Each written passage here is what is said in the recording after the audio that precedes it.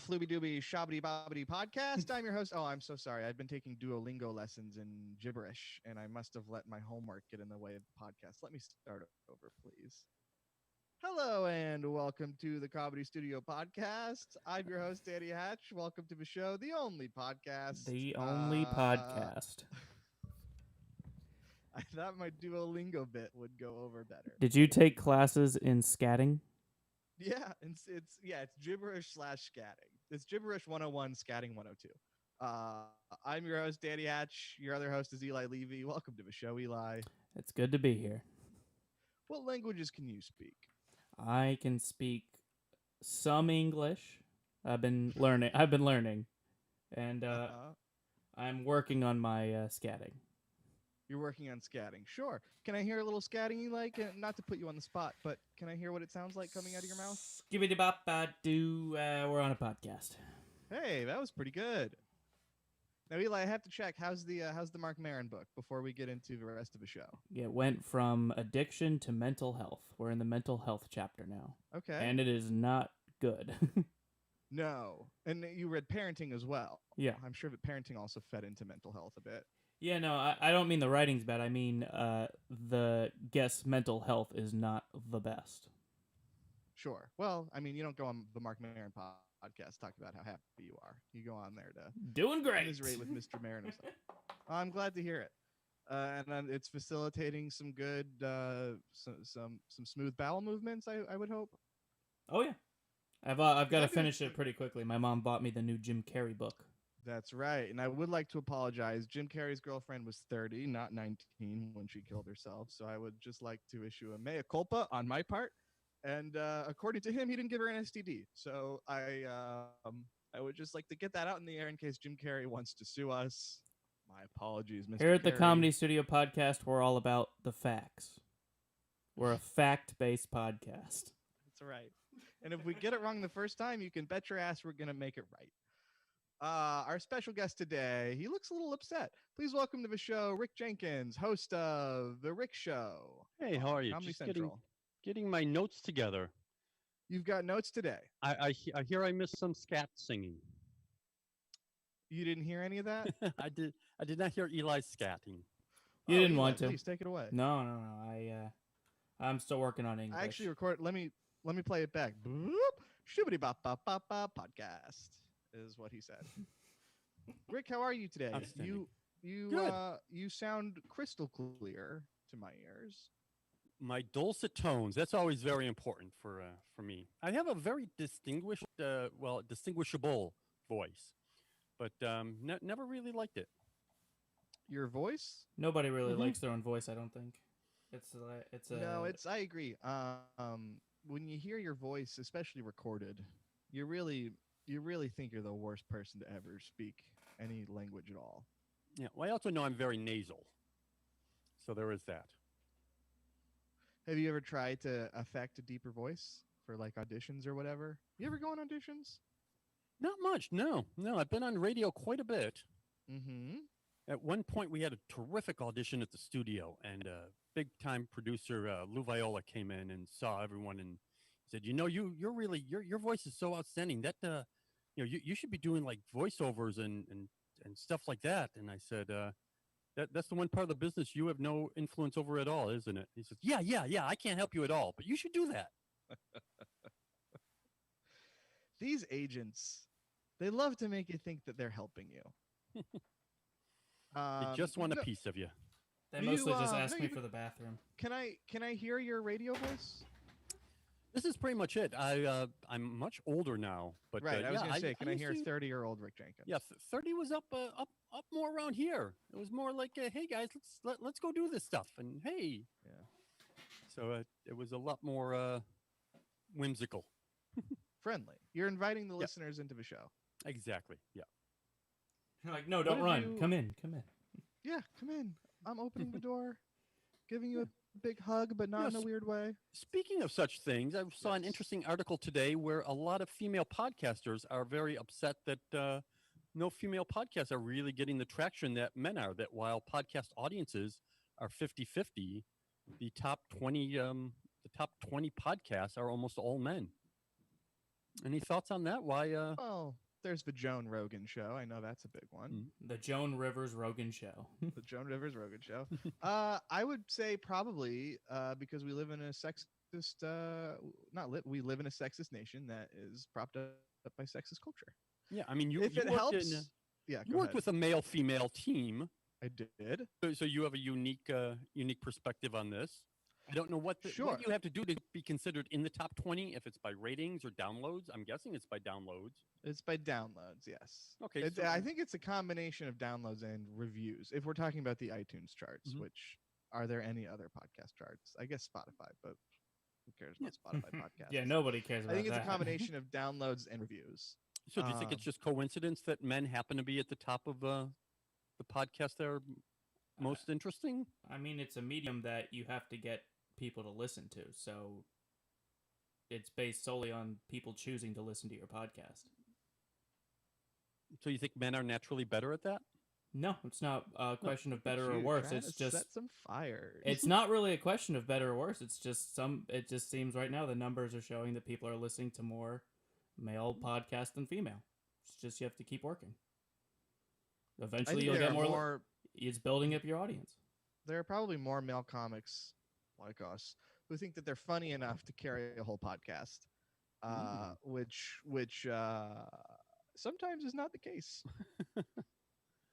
I think there's Well, do we want to an announce our esteem business. support of female podcasters? Sure, Rick, go take it away. Go for it. Name your top 10 female podcasters. No. I'm saying, do we want to make the announcement that we are, as the Comedy Studio, are in fact supporting a female podcast? We are 3 white men, so what are we doing? I'm sorry, I can't hear you, Eli. We're 3 white men, so what are we doing? We are the Comedy Studio is actually sponsoring a podcast with a female lead. Oh, you And meant do the we ad. want You to meant make the that ad that announcement? you meant the ad that we paid for. Right. That is a sponsorship. Yeah. Sure, that's true. We will we're going to be running a series of ads promoting our weekend shows on 2 Earwolf podcasts, Full Release with Samantha Bee and Improv for Humans with Matt Besser, another white man. Another white man. I'm going to ask if he's recorded the ad yet and say, please don't do it. Yeah, I don't know if that can. I don't know. I if don't that think counts we as support. specifically asked to be on Samantha Bee's podcast. I think it was an option we were given, if I'm not mistaken. It was an option, yeah. And it's great. I Mhm. mean, Yeah. I'm a big fan of Samantha Bee. I love her show on TBS. We're of course friends with Samantha Ruddy, who works with Samantha Bee. It's a real Samantha culture over there, isn't it? They have their own prejudices. But I would not look. We are paying money to have these ads run on these shows. Mm-hmm. Not to get too into the weeds of how podcasting works, we're not paying them directly. I'm sure they're getting a cut Yeah, they of get a the money portion we've of it. paid. Mm-hmm. I don't know what that cut looks like. But I would hesitate to describe that as us supporting a female podcast. Yeah. But I come from an age where ads mean something different than they did to you, Rick. Yeah, we're to me, we're paying for advertising time on a woman's show, so therefore we're supporting a woman's show. Indirectly, yeah. Well, I guess also directly, but not. I would not say super intentionally. It was a it was a happenstance of circumstance. I'm not mad. Obviously, I'm not mad about it. I love Samantha Bee. She's awesome. But I don't want to say. I don't want to like say that I went out of my way to pay money to Samantha Bee to support Well, her we podcast. did look at it and say, well, Danny, you're the one 'Cause who that had would to be actually make the decisions. disingenuous. So you Yes. looked at all the podcasts available, and you felt that the one that was most advantageous for us happened to be headed by a woman. That's true. And there were a number of factors involved that maybe should remain private. But of the options available to us, I was very excited that one of them was Samantha Bee. Me too. It's very on brand. Yes, because of course your name is Samantha Bee as well. So it hopefully won't confuse her listenership. Hopefully it will. I thought they were the same person. You are in a feisty mood today, Rick. Talk about that. You're a little upset that you have to hold a microphone up to your face to do a podcast. And it seems like now you're taking out your anger on the idea of podcasting in general. No, I just thought it was very fascinating, the idea that with the audience being evenly split, Mm-hmm. the majority of the shows are male dominated. And where did you? Well, I'll tell you this, and hopefully this isn't too. I'm not gonna get. So okay. I don't want to get too specific, but the show My Favorite Murder, hosted by Karen Kilgariff and someone else, is the top earner or top Yeah. downloaded show of these shows available to us, which means we could not afford it.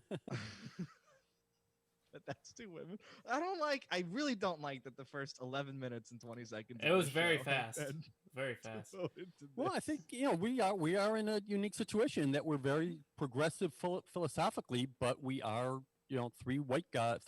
guys talking about how we should be progressive. So who's your? Well, I mean that I wouldn't always say that I choose to talk about that. Who is your favorite female podcaster, Rick? Yeah, hit us. Is it one of the Call Your Daddy women? Mine's Call I'm Her Daddy? sorry, yeah, I couldn't hear the question. Who is your favorite female podcaster? Mine is Christina Pazitsky. Yeah, I don't really hear much podcasts. I mean, Marin, I'll see who the guest is, but I haven't even been listening to that much lately. Yeah, the Carson podcast is really the only one I listen to religiously. Is that a female-run podcast? No. Oh, it's, I asked specifically about female yeah. podcasts. Yeah, no, there's only I don't listen to. Yeah, I listen to Oh. no female or male-led podcasts. Well, I assume. Actually, I can't assume what gender anybody on any podcast runs, so it could be. On But the it seems Carson like show? on the Carson show. They're all dudes. It's dudes all the way down. No, it's one guy, and he just interviews someone who's had some kind of contact with Carson at some point. Rick, would you like to get into female podcasts or female hosted podcasts? I can I'd love recommend to Samantha Bees. Send you a list. Yeah, I mean, I don't really find that, like, the subject, like true crime, I don't find that interesting. Mhm. Generally, like, behind the scenes show business stuff is the only thing that really strikes my interest. So if you know of anything along that line, sure. Pretty much any comedian-run podcast usually talks about show business at some point or another throughout the Yeah. episode. That's it. Does Kirkman have one? Don't She know. does, or she did at one point. It was her. I think it was a solo podcast. Yeah, I've been following her on Twitter, and I've always loved Jen. And there's a woman, maybe you know her, Alyssa something. Alyssa Lynn Paris. Is it on Twitter? She's from the area. Oh, I don't know. On But Twitter, she does a she's lot like of funny every- videos. Every day she's putting out 2 or 3 really funny lines on Twitter. Hmm. And I looked up her profile. Is that she her profile is something like, I might have done an open mic in Boston at one time. Hmm. So I'm like, oh, So maybe I probably know not her. Alyssa Lynn Paris. I can't. Maybe you do know don't her, know. Rick. You are, of course, the shaman of Plugged the Boston into comedy. Yes. The open mic king. As it was. When do you think it's coming back, Rick? Now that I've seen Open mics or an comedy, off-ramp they're from two this different things. conversation, I will desperately take it. I'll cross all 4 lanes of traffic without turning my blinker on. I don't know. It's looking further and further away, isn't it?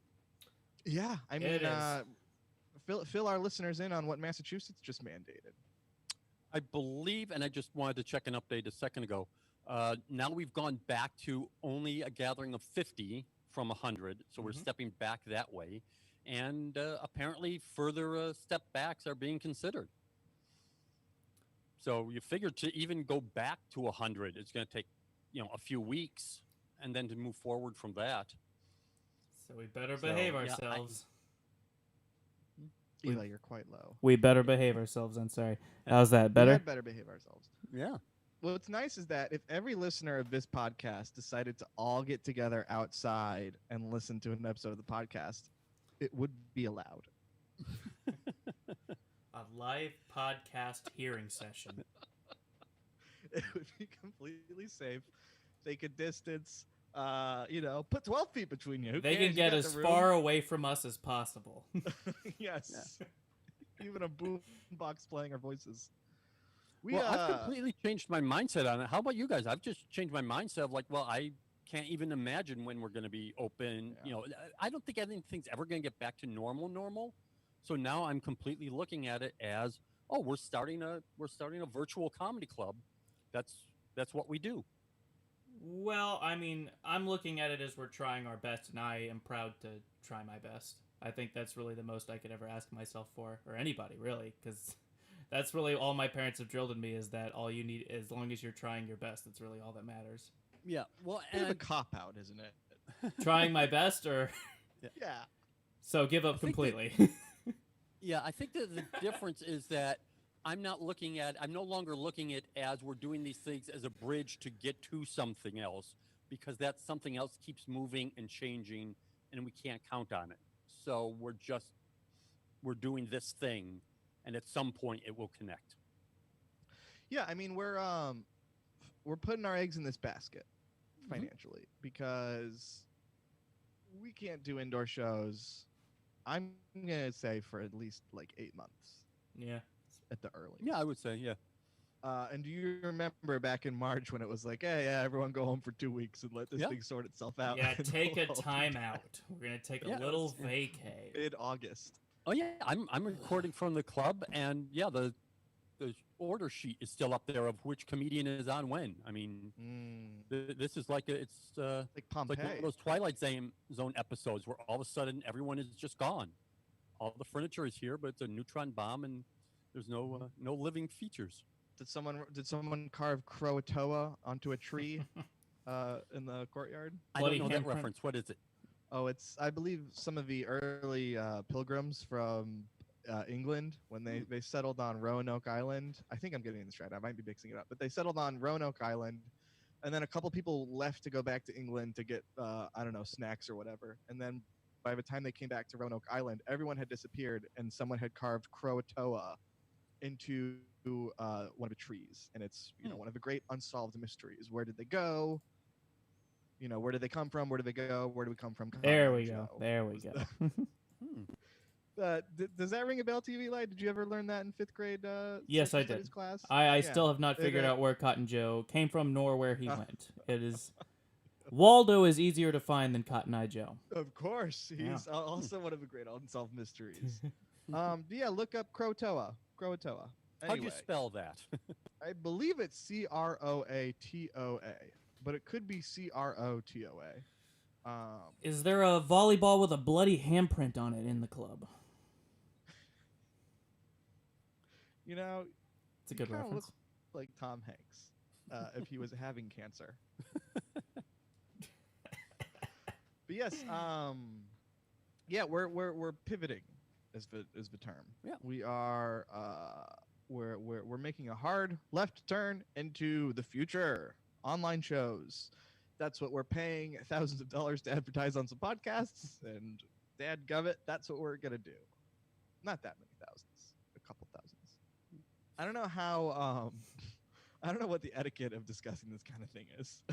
The fact that I listen to a lot of podcasts and I never knew how much ads cost until now leads me to believe that I shouldn't be necessarily talking about it like this. But who cares? There's going to be like 80 people. Who no, I listen mean, to hey, this. if And you're welcome, welcome to the biz. Well, boy, If- 80 is 80 times more than me.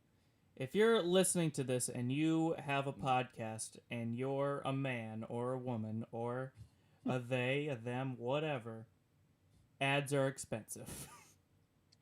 They can be, yes. Yeah. And if you have a podcast and want us to advertise on your show, hey, hit me up. Let's make a deal. I'm sure what we did was we didn't go indie. Let's say. Mhm. I'm sure there are some more independent podcasts that we could have advertised on for, who knows. But Well, and we didn't exactly contact someone we know who has a podcast and ask, if we toss you a couple bucks, will you mention it? We went to an advertising Literally company and said, what will $2. it cost to get maximum penetration? I hope you worded it that way, Ooh. Danny. I hope I hope you said I Yeah, want you know what? maximum penetration. Here's pull up some my- money. Here's my some intro money. Email. Here's what I sent to it's called midroll. Greetings to whom it may regard. I crave maximum penetration. Make that happen for me post haste. Love, Danny. How much will it cost? How much will it cost for maximum penetration? Somebody Oh, love me. You really introduced quite a phrase into a lexicon. Also, it's not. I don't think it's an Eli. Pardon me if this is offensive. I don't think it's kosher to because it's a phrase, but regards Jewish people. Oh. I don't think it's kosher because Eli's Jewish. He loves to mention. Where? I don't know if you've ever listened to this podcast. Should have mentioned that.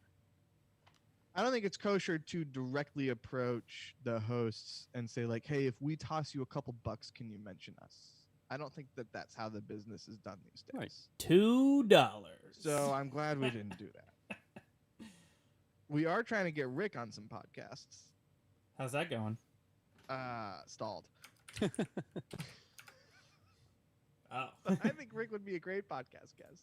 He could come on the show. Hey, please welcome to the show. He's the owner of the comedy studio. How come you're they've not been a in woman? Harvard for 20 years.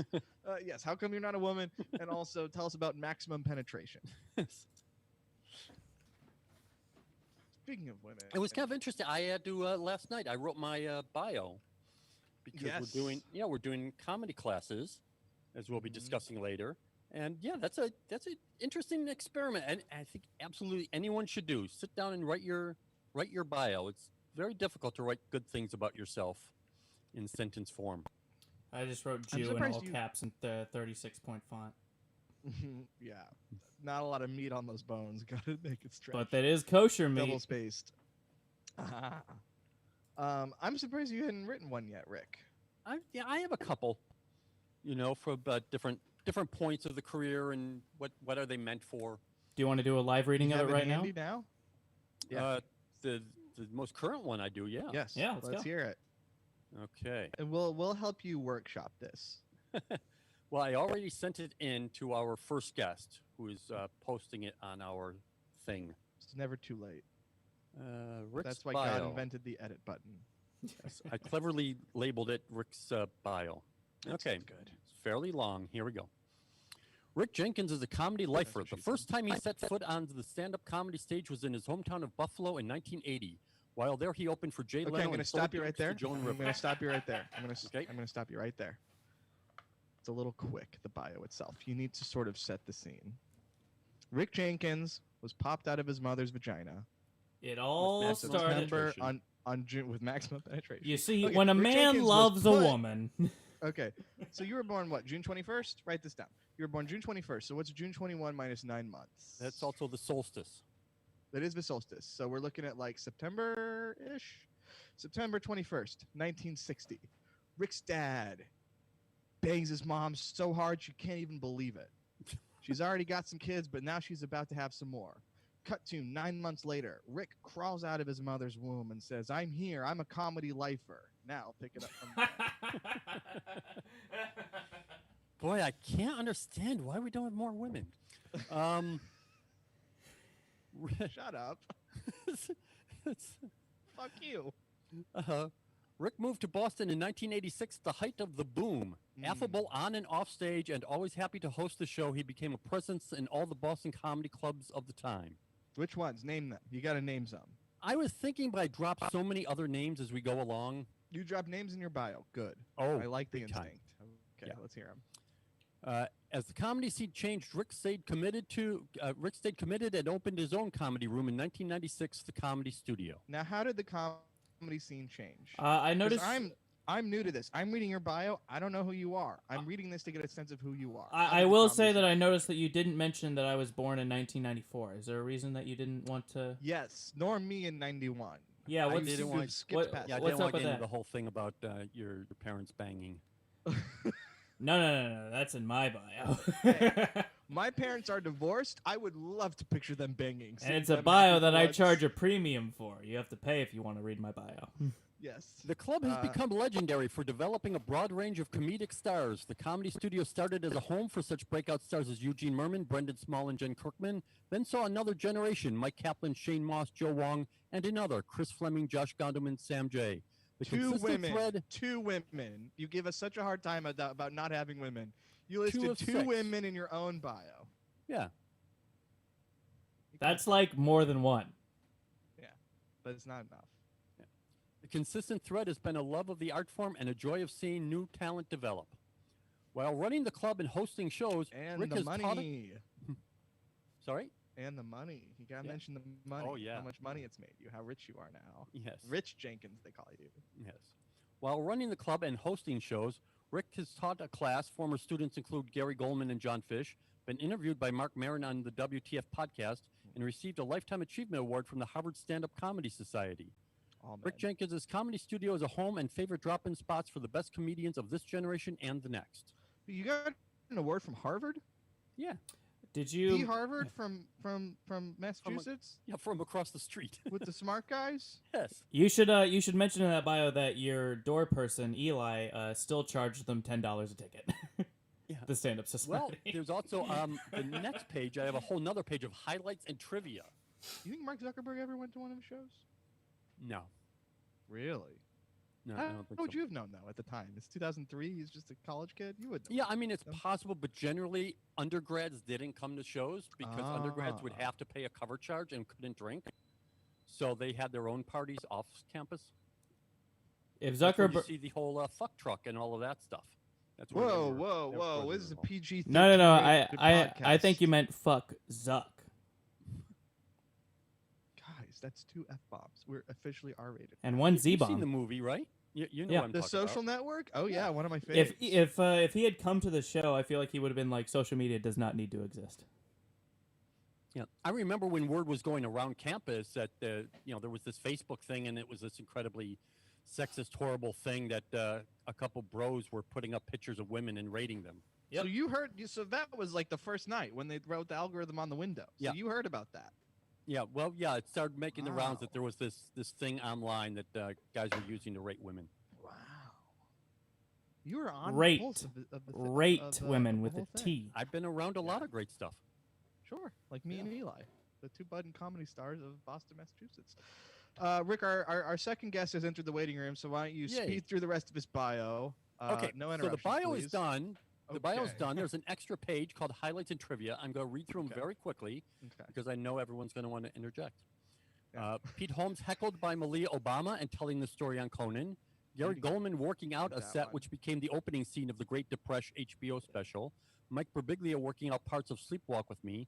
Todd Berry recording Almost Paradise. Colin Yost stopping by in a tux to do a set after the Harvard Lampoon banquet. Bobcat Goldthwait filming Call Me Lucky. First time Sarah Silverman performed live in front of her mother was on a Sunday night at the Comedy Studio. Jonathan Katz would prepare his talk show appearances by rehearsing panel with Rick on stage, and winner of 3 consecutive Best of Boston Awards from Boston Magazine. Is counting the reference to the club and the Boston Magazine Awards. That's 8 references to men, 1 reference to Sarah Silverman. What's the score? We've got a problem, gentlemen. Yes, yes. Not a problem women can solve. Let's just pose the problem to the other gentlemen. You said it. That's kind of what we did on this podcast. Folks, our next guest coming to the show, and what a well-structured show it is. Probably one of our most coherent yet. She is, she's run comedy classes from here to there in the Boston area. Her new show, Farris and Friends, will be debuting tonight on the comedy. I should probably admit her into the room before I read her, before I do her intro, shouldn't I? I tend to do this thing where I start the intro, then I click admit, and then it's like they didn't hear my nice Connecting. intro of them. Connecting. Ladies and gentlemen, our next guest coming to the show, she's the host of Farris and Friends, debuting tonight on thecomedystudio.com. She'll be running classes with our own Rick Jenkins. Please welcome to the show, Kathe Farris. Hi, can you hear me? Yes, we can. Yes. How Hey, are Kathe. you, My Kathe? new mic. I'm excited. You have a new Oh, you mic, got just your new like one? Rick. Yep, it's my new one. The USB? Yep. Oh, so Yep. cool. Let me see. It's like you don't believe. I believe Oh, it. that's a nice one. I thought you were just gonna rip Yeah, when Rick's you have mic a out of his techie hand. daughter, it gets like that. So, hi everybody. Thanks for having me. Thanks for Hey, joining hey, the show, Kathe. Kathe. We were just talking about the lack of women representation on this very podcast. On this Rick very show. decided it would be a good idea to bring it up. That was And, our I opener. couldn't let it go. Thank you for joining us.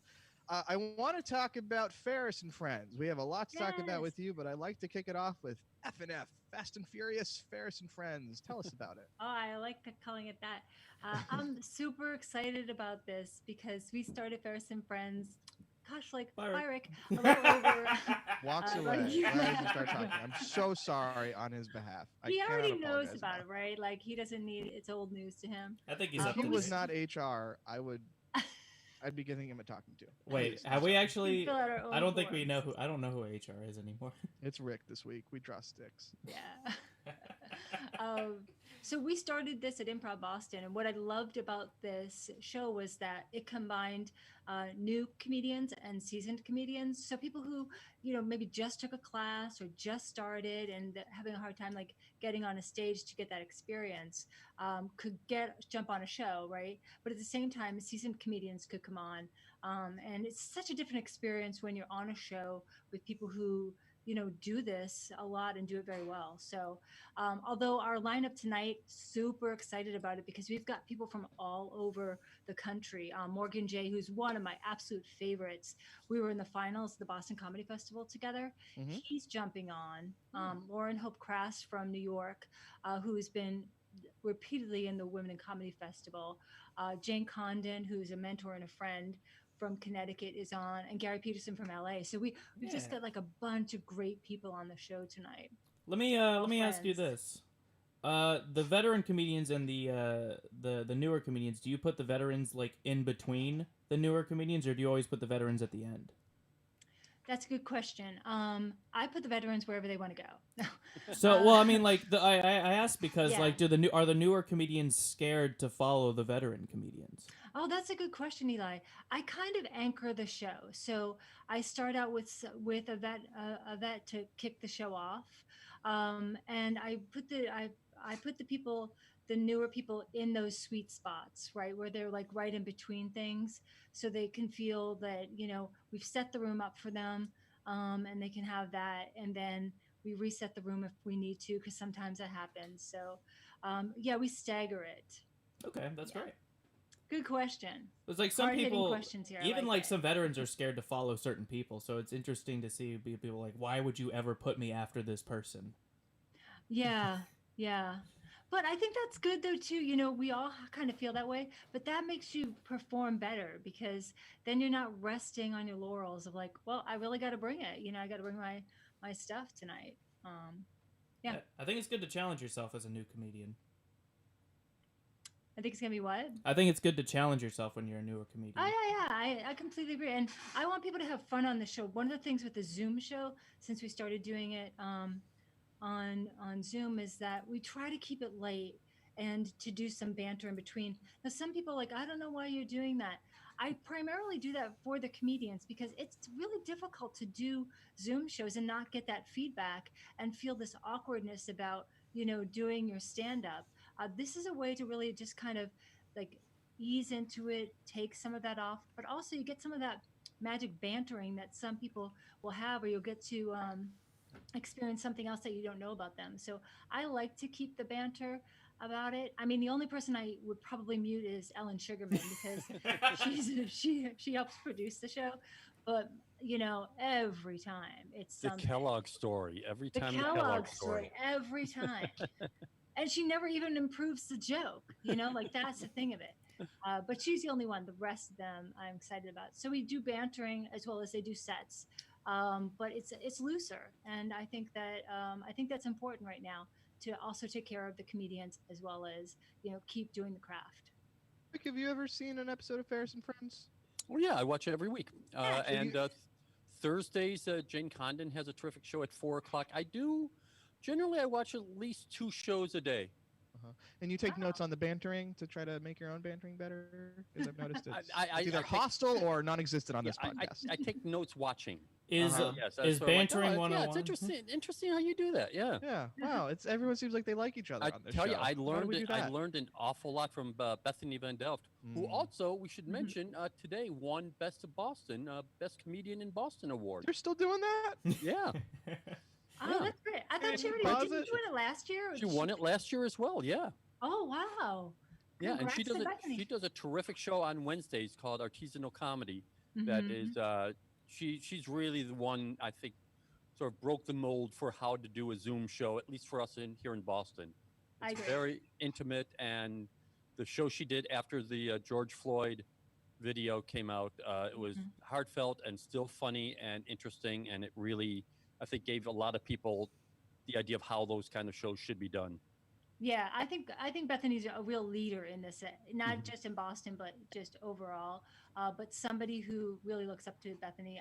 She really takes the lead on things, and I'm excited because now I get to see her show and possibly be on her show now on Wednesdays. Now that I'm not having my own show, I'm gonna go bug her about that. Yeah, I used to have 3 windows open and try and watch all 3 shows at 8 o'clock on Wednesday. Yeah, it's crazy. It's crazy. Well, what's the good thing now too is that you keep your shows up. Like we'll keep our show up for like a week because there's this whole now thing about comedy by convenience, so people can watch it at their convenience. So we have some regulars that watch it when they want to watch it. So that's exciting. Yeah, we've been experimenting with this very podcast with, maybe even having more people listen to it. There you go. We've thought about having Afraid I'll listeners. lose at something, Have you ever had to follow someone, Kathe, someone more established that you were like, wow, I'm pretty freaked out that I got to go after this person? Oh, all the time, especially like when I would first like start out, or somebody would come in and be like, I just want to do my time now, and I want to go. You know who I find to be the hardest is Chris Tabb. If you ever have done a show with Chris Tabb, who is an unbelievable host, his energy is like up here. Everybody loves him in the first like 5 minutes, and then my energy is so not up here. And so when I had to learn the hard way about like how not to come in and try to match his energy and just be like come in as yourself. For 2 reasons. One, because the audience doesn't need it up here all the time, and they really just want to see who you are. So he's one that I do like doing shows with him because he makes me work at it. He makes me like really sit in who I am when I go on that stage. Yeah. Does that happen on the Zoom shows as well? Does it happen online? Oh, online. I did a show, Wood Barn. Josh Day runs a show called Wood Barn, and they do. It's always for charity, which is great. And I was after this band, who is really a comedic band. And they weren't for like children parties, you know what I mean? Like, so they were pretty much. So then I had to go up after that, which is always hard to reset after music anyway. But it being that, so I found that to be like, okay, I've got to address this, in a way, and then go on with my set. That's what I have found I have to do, especially when it's a completely different tempo, So we're about 3 years into the lockdown now, of course. It's been about 3 years since anyone's been allowed to do a comedy show in person. How have you found that you've adjusted to this new style of comedy, Kathe? I love it. Yeah? I do. I am doing live shows. I'm doing one next week, the drive-in at Foxborough. And yeah. And I did one in Worcester last week. And I missed that. I totally missed that. And that's difficult because it's outside. So, the laughs just dissipate. I mean, they're there, but they're dissipating, right? Just like the particles from your mouth when you. Anyway, I'm so sorry. Right. Danny, I like this band. Science. I feel this. I learned from Rick, who is the best in the biz. Well, but I actually like Zoom for the reason that, as Rick mentioned, I'm on Jane Condon has a 4:00 funnies that she started, and when we first started out, we were doing it every day. It's Kelly McFarland and Christine Hurley and myself and Jane, and we couldn't do material. That's exactly what we were going to do. We had to do banter, or just being on my feet or improvising was never a strong suit of mine. But now that I have to do it, I do it once a week with them on Thursdays, try to bring a little into Farris and Friends. I find that it really helps me, especially with these live shows, because we're not getting hecklers, but I get dogs, I get buses. Who's like a razor scooter teenage gang? Like you have different things. Like nobody teaches you that. So just to be able to adjust to all of that. Yeah, so I like it. Yeah, and you've been doing just such a great job. I was talking to Ellen the other day about how terrific it's been seeing you develop, because that banter, you've developed an ability to do it in character, which is always the difficult part. Yeah. Yeah. Thank you. I appreciate that. Oh, you're so welcome. I'm Rick's agent, and I get 60% of all his compliments. All thank yous go to Danny. Yes, bantering in person, in character, it's so tough.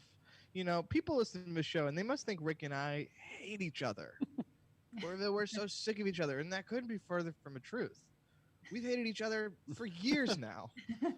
It's not a From the new first development. moment. I've known that, right? I'm going to tweet about that. Oh, please. We would love to get some tweets going about the podcast. Okay.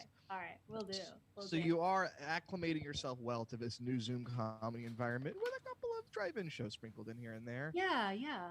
So well that you are now restarting your comedy classes Yep. with our good friend Rick Jenkins, who's very nice to us and likes me, and you're doing it all under the Comedy Studio banner.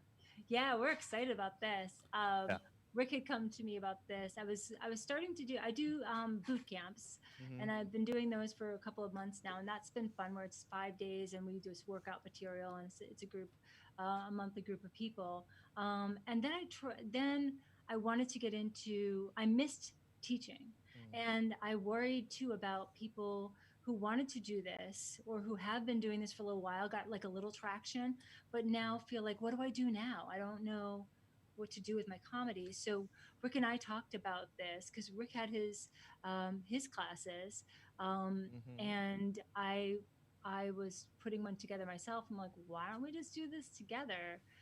So it's been kind of great because we've been able to collaborate on like, what do you do and what am I doing, and put this really great curriculum together that I feel like our competitive advantages, Rick, is that like we can get really into people's feedback and where they are, because everybody's at a different place with comedy. And when they're taking like a level 1, some people have already taken a level 1, or some people have taken like 1,500 improv classes, or like they've never done anything. And so everybody's at a different place, and that you can kind of meet them where they're at. Yeah. One of the things that we changed about this course, Gary Peterson actually gave us this idea, which I really liked, was that typically you take a class and then you do a showcase, and then you take pictures and you brag about it on social media, and then that's that. But what we do is we do 5 weeks, then we do the showcase, then we have another class. So then we can talk about what worked, what didn't work, where do you want to go from here, kind of thing. Really having that time to, digest what just happened in this experience, and then figure out what do I want to do now with it. I think it's always been lacking in the classes. The debrief. Yeah. No, I think that makes total sense. Once you do the show, some people are like, well, that was good. I'm done now. Yeah, right. Now, do you find that you get your students, you get students who are interested in furthering a comedy career, or like, getting better at public speaking, or giving like talks at work, or is it a mix of the 3, or maybe 4, or however many other options I didn't include? I think it's a bunch of stuff. I like to think that I really stay in touch with a lot of my students that I've had over the years. And some of them come in just like bucket list. Like, I always wanted to take a class. I'm going to take a class. But when they find that they figure out the process, and because the community is so like plentiful here and friendly, that they're able to do something. I mean, they're not trying to put their Netflix special together, but they found an open mic that they like, or there's some free bar shows that they kind of like. They start getting into the community. But then there are people who take it just for therapy, and then there are people who take it because improv isn't open. So there's like lots of different reasons that people take it. Sure. A wide berth. Right. But I stay in touch with people because I feel like, for me personally, when I took it, I was like, well, I'm done. Like Eli said, check, I'm done. And then 4 months later, I'm like, oh, this isn't how stand-up works. You really have to work at it. You've got to continue to do it. And so I always check back in to give people that open door of like, we're still here. We're still doing stuff. Your foot's still in the door, Can you walk us through what the course would look like for anyone who's interested in signing up for these? Wow. Without giving too much away, of course. No, for sure. Yeah. Rick, jump in at any time. So, like the first class, what Rick and I have designed is that it's really an introduction to stand up, and also really getting an understanding of who you are. Like Rick had said to me about like my persona and how I banter. Really, kind of just starting to think about like what is your voice, what is your persona, and what is your experience with comedy. That's one of the things that Rick really brought into this first one was that like laying the groundwork was like, well, where are you with comedy? What comedy do you like? What's funny to you? What comedians do you gravitate to? And really getting an understanding of that and how you can put that into your own comedy. Yeah, and something Kathy and through Kelly brought in is a quick thing of like 25 questions about yourself. Mhm. Get an idea of who you are, if you've done comedy before, because you're going to be presenting yourself. So to start thinking in terms of, all right, what am I presenting and how am I going to be working with that? Yeah. I mean, you always have to have a couple of things about yourself so people get to understand like who you are and like what you're about and what your comedy is, so they can go on that ride with you.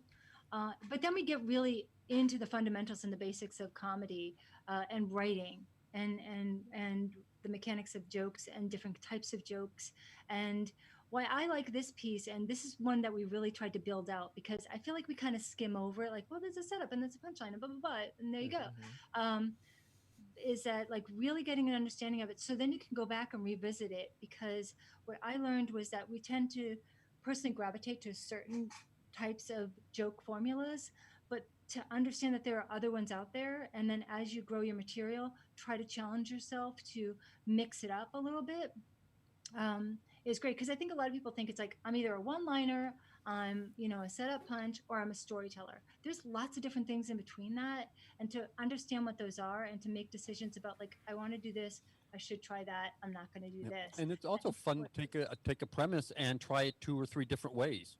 Right. Okay, well, yeah, this show kind of works as is, but what if I try and personify that, or what if I do a reversal on that, or Yeah.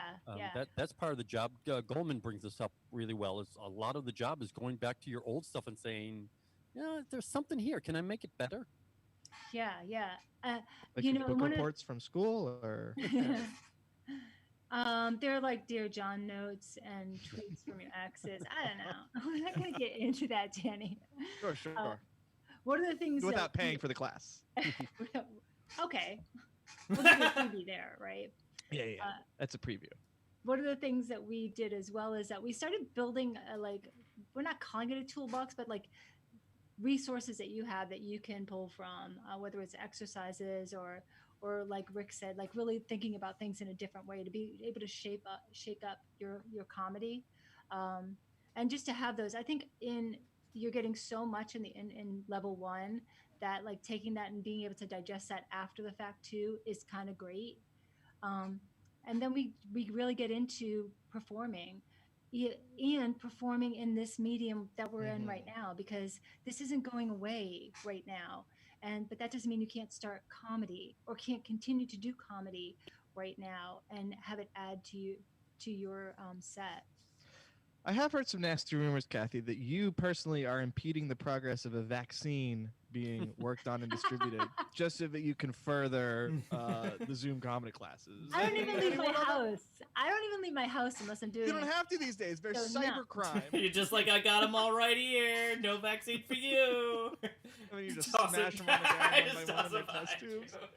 Here's a trial. Yes, okay.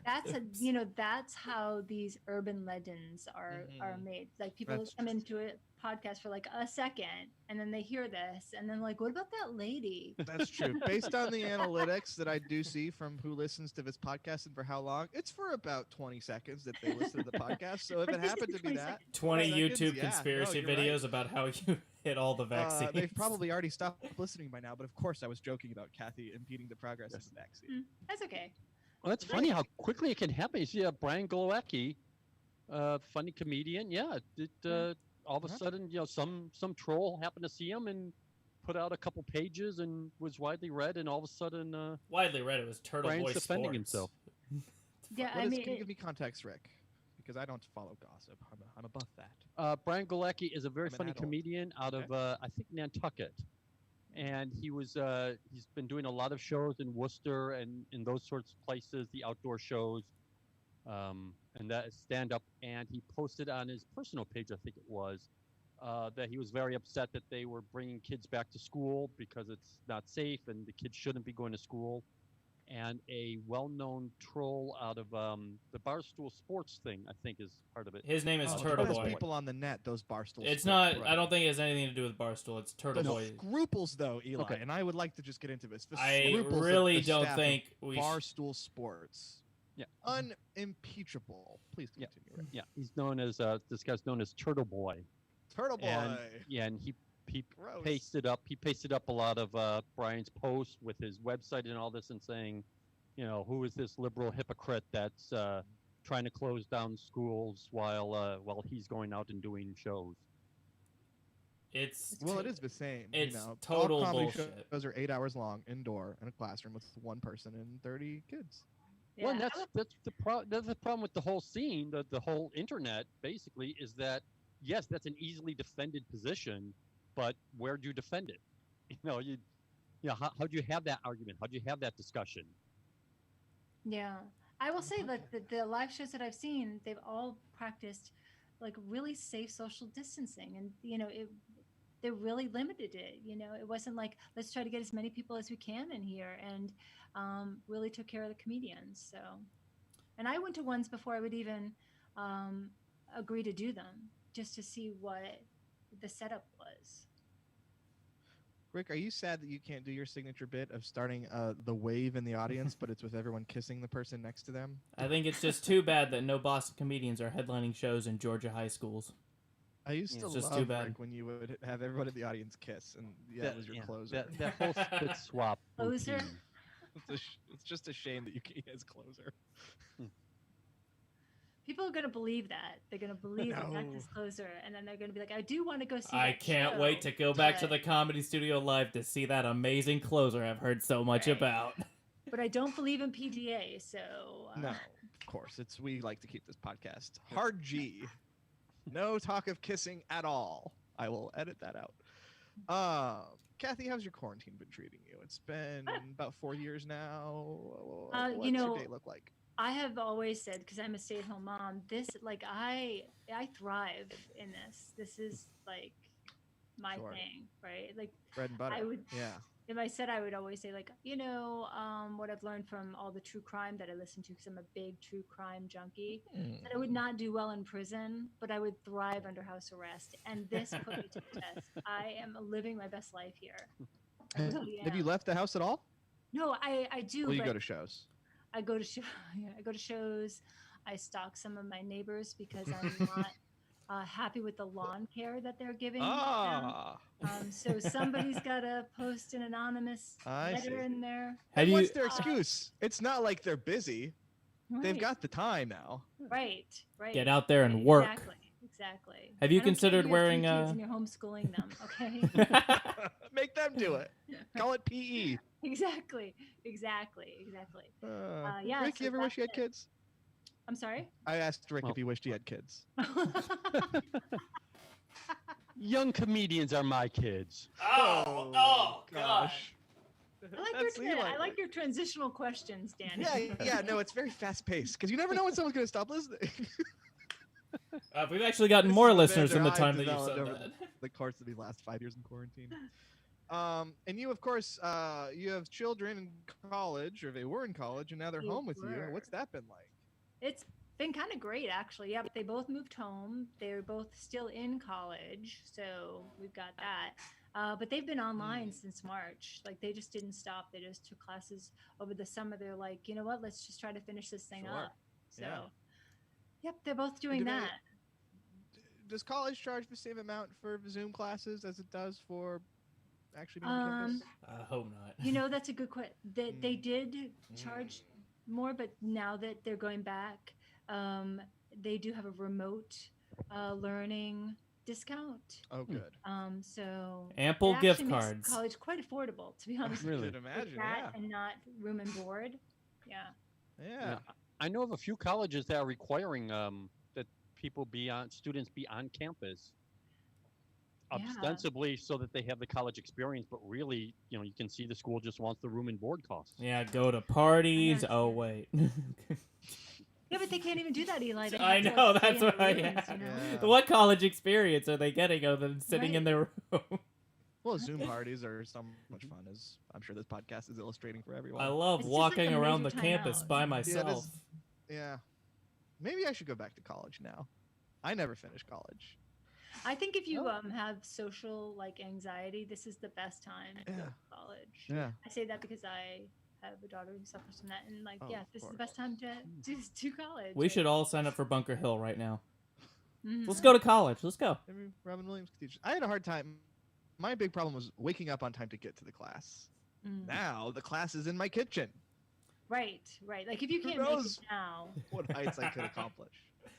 Yeah, if you can't make it now, that's true. That would be the ultimate test to see if I even cut out for college at all. Yeah. If I take Zoom college and I still oversleep. What was Right. your major? What was your major? What's your My interest? What major- would you go back for? Well, my major was English. I would, of course, go back for creative writing, the most lucrative career in all. of Bantering college. 101. My major was English, but I went to the University of Oklahoma, which mandated that all of its freshman students had to take gen ed classes. So I was taking one English class, but I was also taking college algebra and astronomy and Spanish, and those I did not. do. astronomy. Okay. Astronomy, yeah, I was bad at it. There's stars up there. What am I going to tell What's you? my Where they horoscope? all are? Your horoscope is okay. Hang on. I actually did learn this. I need total silence, please. And Eli, if you could just make sure everyone's being quiet. Your horoscope is Aries. Are you an Aries? No, oh, you're gonna be a psychic now. No, I'm not. Oh, right. Your horoscope. It's Aries. I'm Can't whichever tell. sign Aries. is the gullible sign. I've been told I'm Oh. like every No, sign in you the book, strike and me I've as a just believed them. Pisces, Kathe Farris. I'm not. I'm a Virgo. A Virgo. That was going to be No. my third guest, of course. The Okay. 40-year-old Virgo. Oh, they call me 40 is nice. I'm gonna come back onto this podcast. Oh, please. We'd love it Oh, if you would come God. back. So, yeah, I was great at college. I was so good at it, and that's the reason why I work in comedy now. Right. They literally Eli, said, what's your Danny. excuse? Well, I was gonna say, Danny, first that they told you were too cool for school. They did say that. It said, "No, And get I the fuck said, outta "All right, if you here." say so." I guess if I'm too cool, I'm not going to come back to class. No, I did really poorly. It was a big fight with my parents, and then I moved to New York. And hey, look where I am now. I'm in Maryland. Yeah, would it change your mind at all if you could do it online? I am doing Duolingo legitimately, so maybe. you are? I can still I yell am. at you I'm if you're learning missing that. Portuguese. that ask me a sounds like a question in difficult person. language. Why are you learning that? Rosa's family lives there, and I want to Right. impress her dad. Nice. Don't tell him. It's going to be a surprise next time I see him. I like I'm it. going to be like, hey, hola, which means hello in Portuguese. And I'm going to say tudo bem, and that means, is everything fine? And he's going to say tudo bem, and that means everything is fine. And then we're going to never talk again. What if everything is not Right. fine? What are you gonna do then? I have not gotten there yet. Eli. I'm Tell him still Also, where in the you should learn a basic few level. lines like, I'm thinking of taking some online classes. Oh yeah, that reminds me. Maurice Smith just commented asking if there's a link to any info on the classes that I can post. Oh, yes. Yep. Let's get back into that. We're actually Okay. we're on Eventbrite right now. We're excited. It's going to come up on the website shortly, and it's going to be in the newsletter tomorrow. Correct? It will be in the newsletter tomorrow. By the time this podcast is released into the feeds, and by the time Farris and Friends starts tonight, it will be on the website. You can Good. We'll look at register. that too. Yeah. And it is going to be Rick and Kathe teaching a class. Of course, we're going to see whose class fills up first. We'll have like a race. Yeah. Yeah, exactly. I have 5 sisters. I'm just going to fill the thing. You have 5 sisters? I do too. You have 5 sisters? I Hmm. do. Where'd you I fall in have the 6 birth order? sisters, actually. Oh. What's that, Rick? Where do you each fall in the birth order? I'm the oldest. And then I have 4 full sisters, and then my parents split up, and my dad had 2 little girls when I was about 16. Wow. Mhm. Wow. I'm in the middle. You're in the middle. That must have been tough. No, You it's the get best. hand-me-downs, then you pass them back down. True, that's true, but it's the best because you're in the shadows, you know. Sure. I'll My tell you sisters this. hated my My hair. experience is that I'm the youngest child, and the best part about being the youngest child is when you eventually become taller than your older sibling. Oh, That how many siblings do you have? just one older brother, Did you ever beat him and I'm up? taller than him. Did you Oh. ever- I should. like, I just want to give him a repeat wedgie? that I am taller than my older brother. Pretty How good. old were you once you lapped him in terms of height? Sophomore year of college. Sophomore. Oh, okay. Yeah. So beyond the beyond the age That's of good. petty things. I didn't get the benefits in high school, unfortunately, but it pays off in the end. Was he? Did you went to the same high school? I assume Memphis. Public Yeah. High? Lausanne Collegiate School. Shout out, except yeah, that's fine. Lausanne Collegiate School. Shout out is where my brother and I went. But he is 4 years older than me, so he went to college when I entered high school, and he entered high school when I entered middle school. So we never were like in the same. Sure, but he must have. You must have gone into high school bearing the weight of his shadow. Did he have like a reputation in high school that you had to either live up or live down to? No, was he a just jock? that we looked alike. That was the reputation. Ah. He was like, "Oh, you look like that other guy." I was like, "Yep." That was it. Reputation lived up to. I like it. Yeah, I love it actually. Oh, I'm Kathe. fascinated by siblings because as you guys know, I paint portraits of people on corks, and I'm thinking of doing a line of celebrity siblings, like Steve Buscemi's brother Michael. Did you know Ooh. that his brother Michael, who's in I acting? did. No, what has he been in? What? What has what, you heard me? What has he been in, Mr. Michael Buscemi? Not a whole lot. Not Was- a whole lot. I actually have notes on him, but I actually should have been more prepared. You bring me back about that. Yeah, My- please. My question is like, I always wondered, like, when Steve went to his parents, like, I'm gonna do this acting thing, and if they like had any objectivity to be like, okay, and then Michael came and did the same thing, and like, should we stop this train? Do you know what I mean? Sure, like one of you's got to be a firefighter per se. Right. Or should we get everybody's teeth fixed before we start going? Do you know what I mean? Don't get me wrong, I'm a huge Steve Buscemi fan. Huge. Of course, who isn't? My friend who's a dentist loves the guy. He's a He looks at fantastic Steve actor. Buscemi. He's a big bundle of cash on the screen. But then like all the other Baldwin brothers I would do. Yeah. F, Mary, kill the three Baldwin brothers who aren't famous. Of course, Stephen, Adam, and There's and Adam. Billy. There's Adam, Billy. Yep. F, Mary, kill. I would of course F Stephen, and then I would kill the other two. Sorry, I'm not for marriage. Not The rare double kill option. real double kill. F, Mary, kill. Oh, God. That way you save the Mary and you can use it for the fuck as well. Exactly. Then when I This find is my true second, you soulmate, slipped right into this real quick. you know, He's been this is waiting something I try to work he's into been every waiting for the episode of past podcast. hour to bring this Okay. up. Yeah. Usually Rick is not as receptive to it as he is now, but he's really pounded that non-alcoholic beer, and I can feel his. I always dedication wonder loosen. about the with the birth order of, like, you know, celebrities like a Steve Carell. Whenever they're interviewed, they're like, "Oh, I have a sister and she teaches high school or something." And I think, well, it must be awkward Christmas time where she's going to work every day and you're getting $10 million a picture. You know, Mhm. isn't she thinking, why do I have to teach? Give me a couple of bucks, you know? Right. Also, the Kind of gift removes her age. exchange. It must be a Yankee swap thing, so they can just level the playing, Yeah. right? I don't know. I feel like Steve Carell's sibling saw Get Smart and I was like, nah, I'd rather teach. You didn't like Get Smart? Come on, that was a fun movie. I actually liked it, but it's Just I fun just, was a shoot. it was like the best reference I could think of that might have It doesn't worked. matter. He has the office to always fall back on anyway. That's true. so- Yep, that syndication money. That's gonna keep him in good standing with the bank for the rest of Right. Yeah. Right. Exactly. Who are some other famous celebrities siblings? Of course, there's Rob Donald Lowe. and Ivanka This is Trump. my whole thing. This is why I started it. Rob Rob Lowe has a Lowe. brother named Chad who's been on multiple shows, but Hmm. Rob never gets him on his shows, and it Huh. really drives me crazy. I wonder if that's a point of pride for both of them. Like, I can do it. I don't need you. You know, I'm not gonna give you a leg up. Yeah, but it must come up in auditions. I wonder if it's a writer in Rob's contract. Never hire my brother. Right. Right. You know. Right. Like I Rob's did love Chad in Saint Big Bird's Fire. I thought that was really good. What? The movie Saint Big Bird's Fire that Chad was in. No, I don't even know The that. sequel to Saint Elmo's Fire. Oh. You must Oh, have seen it. You paint the pictures of them.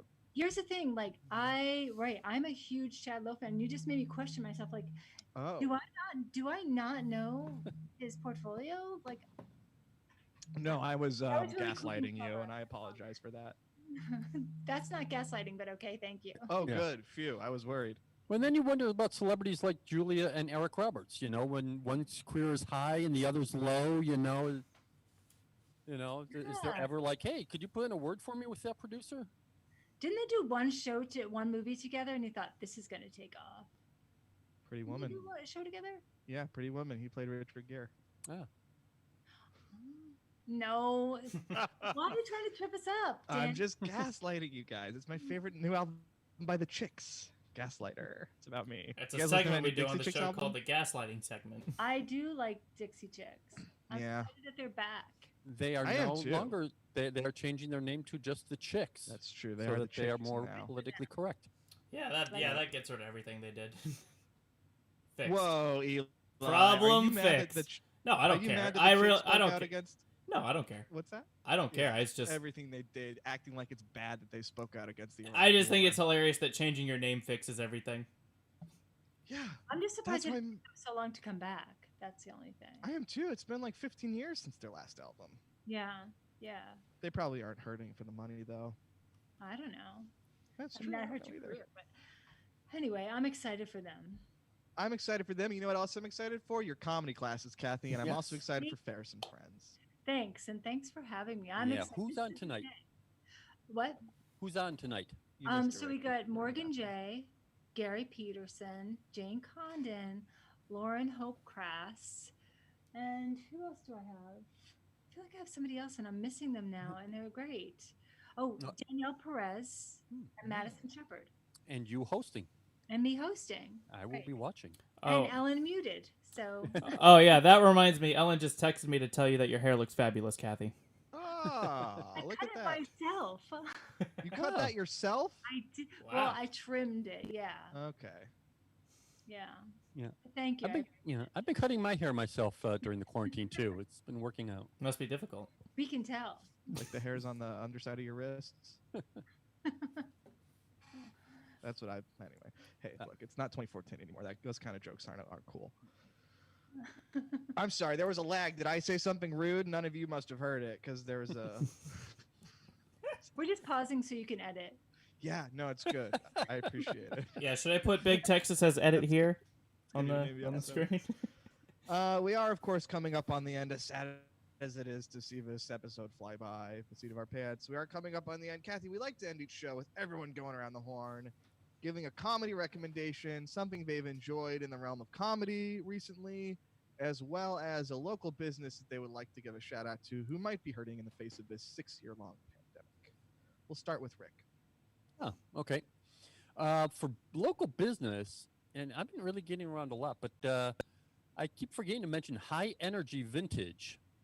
If you don't know, it's a right on really Somerville. cool little store. Wiley owns it, and it's right across the street from Market Basket here on Somerville Ave.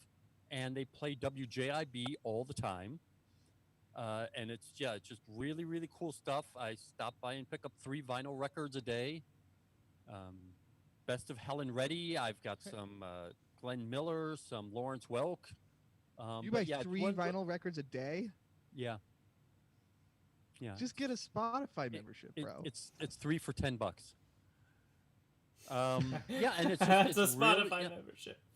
yeah, it's just one of those really cool curated stores where you can get an old pair of Ray-Bans and a fedora, a leather jacket and some vinyl 45s and some little slide of somebody's home movies. Do they give you It's a- the fedora with the 3 records?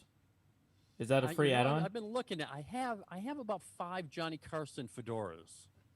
so I'm not sure I can spend the money on a new one. You buy 3 records and then they put it on your head and then pat your head. They're like they're there. Doors you need, right? So that's high energy is my thing. And boy, for comedy, I've been watching so much.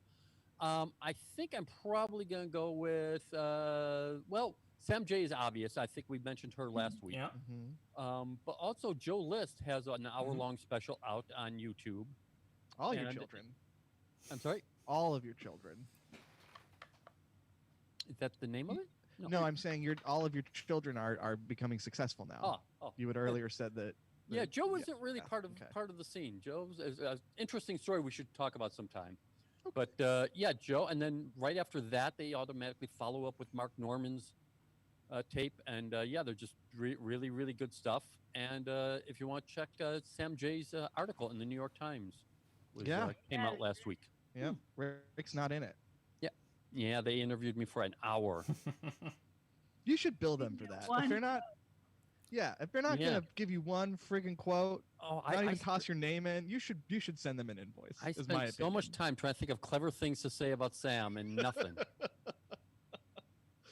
Maybe he'll write a book about her. Well, maybe there's another news outlet that's hearing this now, and if you want some clever stuff about Sam J, who's an amazing comedian, You hear that, Boston Globe? Actually, a little behind the scenes stuff. The Boston Globe did not do a feature on Sam when her album or when her special came out, because they are also owned by the Times, and the Times said, "No, you can't. We're doing it." Wow, they're owned by the Times. Yeah. Yeah, there's a new king in charge, Boston Globe. I don't know if you know this. Does that mean the Red Sox are owned by the Yankees? No, I think it's just a question of who. Okay. Does Governor Baker work for Governor Yeah, if you Cuomo? look at the front Making page, a lot of the articles are shared. That sucks. Do I live in New York City? Eli, you own a Boston Globe subscription. This doesn't I do. piss you off? I can't tell you how upset I definitely am. I Do you really have appreciate do you really have a subscription? Yeah, I bought You it should last put that week. in your dating profile. That's Yeah. impressive. I have a significant other who makes fun of me because I buy the Boston Globe. Well, then put it in your bio. Nice. Yeah, she's We're out. just dropping into conversation. I'd Nobody like to insults my recommend the paper. show- Well, Eli, please. I'm trying to talk about your girlfriend. I'd like to recommend the show Search Party on HBO Max. Season 3 has finally premiered after a 3-year wait. It's very funny. It's a good comedic thriller starring millennials. It's called Search Party. It's got Aaliyah Shawkat. This new season has Louis Anderson in a guest role and Michaela Watkins. It's a lot of fun, and it's very thrilling. And for my local business, we here in Maryland love to support Natural Bohemian Beer, the cheapest beer you can find in all of the Baltimore area. So that's what I'm going to recommend. Natural Bohemian Beer. You can't get it where you three are. Or anyone listening to this podcast. Kathy, what would you like to recommend? I would recommend Mike Birbiglia's podcast of Working It Out. I don't know if Yes. you've listened to this yet, but it's terrific. Even from the first episode with Ira Glass, it just kind of sucks you in to see like how great it is when you can workshop with people who really get you. So for comedians, I think even beyond comedians too, it's fascinating. Yeah. This week is Judd Apatow, and the one with John Mulaney was really terrific. Mike actually did a book signing thing on Zoom for the Harvard Bookstore this past week. Oh. And yeah, so I just got his book and planning on reading it. Really, really, really good, cool stuff. Yeah, he How does that walked work? through everything, and he gave us a shout out. Oh, that's Oh, awesome. did So he? that- What did he say? I love Danny on the podcast. No, he was just signing off, and it's sort of like, support your local bookstore and your local pizzeria and your local comedy club, the Comedy Studio. Oh, that's nice. awesome. How does a book signing? Oh, I'm sorry, Kathy. I just said yay, Mike. Yay, Mike, of course. How does a book signing on Zoom work? That seems like a ripoff to me. The Do way you have they to sign did it it, yourself? No, the way they did it was they had the chat room going. So for the hour, people could just chat in, and they would read little pieces of the book, and then people would make requests, and then they comment on, answering questions and such. For the book signing, he was signing a bunch while on screen, but I guess the deal is you buy the book, and they ship it to you with a book plate. Okay. It's basically a sticker that they've signed. What they do is they actually hire a professional forger. You write your signature on a piece of paper, hold it up to the screen, and then the forger steals all your credit card info, and you go bankrupt. Someone's been And- reading the Globe. And then they send you a book. That subscription's really paying off. $4 a week, huh? Well, that was a great. I'm learning so much. recommendation, Kathy. Do you have a local business you'd like to give a hashtag shout out to? I would. It's one of the largest bookstores, independent bookstores in the country. I'm making that up, but it's big. It's called Park Street Books. What's great about Park Street Books is that it is locally owned. They have new and used books, but what's awesome about it is that as a parent, you could go there being like, I'm bringing my kid to the bookstore, but they also have toys. So you go for the books, you bribe your kid, and you leave with a toy. Park Street Books. It's in wow. Park Street Books. Yes. Probably not a huge market for used books these days. I'd have to imagine a lot of fomites on those. I don't know. Like it's for kids, it's good because you know how they have all these like chapter books and stuff. So you buy a book and then you go back and they buy it back from you, and then they sell it. And so it's like instead of spending $8 on a book, you're spending like $3.95. Right. But Wow, think of that the was an potential. expensive commercial. It was, but I hate to do Jimmy. this. I hate to do this to someone who's clearly sponsoring you and paying you to mention them on any public appearance you make. You know, I just want to say I hope that they're sanitizing these books, because if you're getting a nice chapter book for $3.95, that's a great deal. But the medical bills, if you get coronavirus from one of these used books, is much more. This was not even. I didn't get paid for that. If I'm gonna go with my paid ones, I'm gonna go with Wegmans, because you can go to Wegmans at 11 Wegmans o'clock pays on a you? Tuesday morning and go and get your wine, and then go back on a Thursday, and nobody's questioning you. Nobody's Wegmans will questioning never you. question you. What is nice about Maryland is there's more beer stores in my area, so I can go hit up more stores without the same guy being like, "Oh, you're back I feel like again." you're tourism now for Maryland. Me, yes, it's a great place. Our governor's a Republican, just like in Massachusetts. You're sponsored by Wegmans, though. I don't want to gloss over that. You're sponsored No, by Wegmans. I'm not sponsored by Wegmans, but I'm saying that if I was gonna get the paid, I stuff, see. it would be that. Hey, you listening, Wegmans? Get on it. Yeah, get on it. Yeah. Or just part of like just the buffet Have a or the soda wine. by that, right? area. Yeah, yeah, the face of Wegmans. Exactly. What did they make you change your name like to Wegmans Farris? I would do You? it. You would do it. Yes, I have a price. Kathe Wegmans Two bottles of Farris. Right. All right, Eli, take us home. Okay, my comedy recommendations. First of all, I still haven't seen Sam J and Joe List specials. I am very ashamed of that, but I do need to watch it, and everybody else should as well. But also, Seth Rogen's new movie, American Pickle, is now streaming on HBO Max, and I also am very excited to watch that. It's supposed Oh, to be you very haven't good. seen it yet? No, it's supposed to be very good. It is good. I liked it. It was good. Can't wait to watch Yeah, it. it's a nice, sweet little movie. None of that nasty pot humor. Oh, it's not like Or Sausage that- Party? none of that jerking off humor that he's known for. Just a So you nice would story recommend about a guy who. Me? No, Yeah. can't say I would because I already recommended something else. You know the rules. He's a stickler for the rules. I gotta be. In this day and age when no one else is, there's one man has to carry the baton. Eli, take us home more. And my local business recommendation, there is a local used video game store near me in Alston called Replayed. They're also a really good repair shop. I've met the owner a bunch of times. He's the main technician there. He's fixed my phone like a bunch of different times. He's fixed my camera. He's fixed my fingerprint scanner. He can fix laptops, everything. He's awesome. And Wait, then you have a Fingerprint scanner? Yeah. What? yeah, right there. Oh, for your phone. Okay. Oh. Yeah. Oh. Wait, Made what? that sound more diabolical. No. Oh, you mean like my phone scans other people's fingerprints and saves them? And Yeah. Let's go hunt a killer. I think you've been playing more Grand Theft Auto than I have. You've been doing a lot of heists, Kathy. I would like to ask why the two of you recommended a used goods store, both of you, in this day and age, when we have to be more sterile than we ever have before for the last 7 years. Because you can buy a bag, like a tube of Clorox wipes, and be fine. He's got a basket of Nintendo Switch games for like $10 a piece, and they're all trash, but Huh. they're cheap. Yeah, and it's more about sustainability. I love old games. Yeah, Play that don't be too. buying a lot. Yeah, don't be buying a bunch of stuff that's just gonna add to the landfill. And before COVID, and hopefully after COVID, they have 2 arcade machines there that work that anyone can use. Again, why would you? Before COVID. Before COVID. Okay. Before COVID. I mean, if you're gonna get COVID, have some fun. That's Yeah. true. Go I'm to not an spending any amusement tokens. Not Dave Yeah, and Buster's over go here. see an indoor comedy show. No. Go see a Zoom comedy show. Maybe Farris and Friends tonight. Kathe, thank you so much for joining Yay. us. Thanks for having me. Where can our listeners find you if they want to learn more about Kathe Farris? Well, The I best am. guest we've ever had. That's all my social media, Kathe Farris, kathefarris.com or gocorkyourself.com, which is my cork. business. Excuse me? Yes. I'm a Christian man. What did you just say to me? That's my cork business. Like the portraits that I paint of people. It's called GoCorkYourself.com. So you can just go there. It'll bring you to my comedy schedule.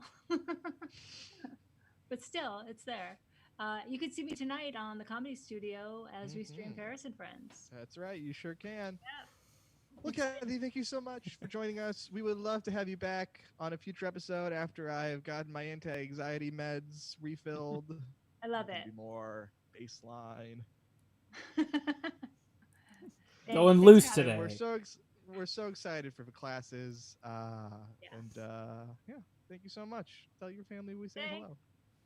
Bye. Bye, All right, everybody. guys, take it easy. Be good to each other, and you know what the drill is. Be cool. That's our new sign off.